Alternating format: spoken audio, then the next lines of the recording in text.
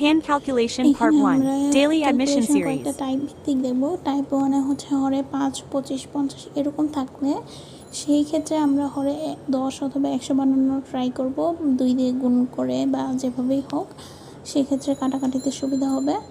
Second type 2 এর ক্ষেত্রে, type 2তে আমরা দেখব নিচে যদি 9 থাকে, মানে 9 দ্বারা কোনো কিছু ভাগ করা লাগে, সেক্ষেত্রে 1/9 = 0.111, এটা আমরা মুখস্থ রাখবো। এইটার সাথে 2/9 হলে ওইটাকে 2 দিয়ে গুণ করে দিব। 10/9 হলে সমস্ত আকারে লিখব 1 সমস্ত 1/9।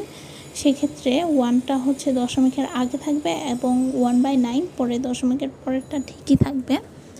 সো এটাই হচ্ছে ট্রিক্স।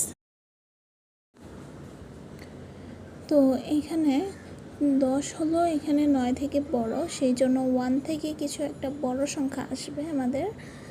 আবার যদি আমরা 24/9 করতে চাই, সেক্ষেত্রে 2 সমস্ত 6/9 লিখতে পারি। 9 দুগুণে 18 আর 18-র সাথে 6 যোগ করলে 24 হয়। সো সেই ক্ষেত্রে দশমিকের আগে 2 থাকবে এবং দশমিকের পরে 1/9কে 6 দ্বারা গুণ করে আমরা 666 লিখতে পারি। একইভাবে 31/9কেও আমরা সমস্ত আকারে 3 সমস্ত 4/9 লিখতে পারি। 1/9কে 4 দ্বারা গুণ করব। সো ট্রিক্স 2 এটাই ছিল। এখন দেখি টাইপ 6-এ চলে গিয়েছি আমরা। কোনো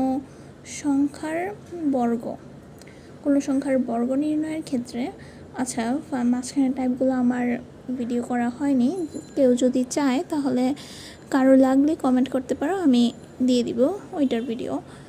টাইপ 6-এ দেখি কোনো সংখ্যার বর্গ নির্ণয়ের ক্ষেত্রে আমরা এখানে হচ্ছে 75 স্কোয়ার।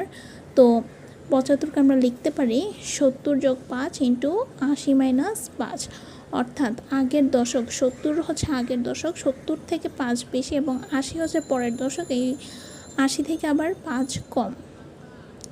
এরকম সংখ্যার গুণের ক্ষেত্রে আমরা লিখতে পারি 75 ইন্টু 75।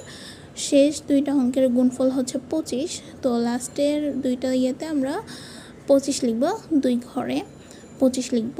অবশ্যই এখানে 2 ঘর নিতে হবে, 2 ঘর না নিলে হবে না এই ট্রিক্সটা। এবং এখানে আমরা 7 এবং 8 গুণ করলে 7 8 56 হয়, এই 56টা ফার্স্টে লিখব এবং এটাই হচ্ছে আমাদের মান। একইভাবে আমাদের বাকিগুলো যেই গুণগুলো এরকম যে আগের দশক থেকে যত বেশি হবে পরের দশক থেকে তত কম হবে, সবগুলোই আমরা এই নিয়মে সলভ করতে পারবো। তো আমি আরও ডেইলি নতুন নতুন ট্রিক্স শিখছি এবং কেউ যদি চাও তাহলে আমি অ্যাডমিশনের সবগুলো ট্রিক্স শেয়ার করব। So if you need this then comment below. দেখা হচ্ছে পরের কোনো ভিডিওতে। আল্লাহ হাফেজ।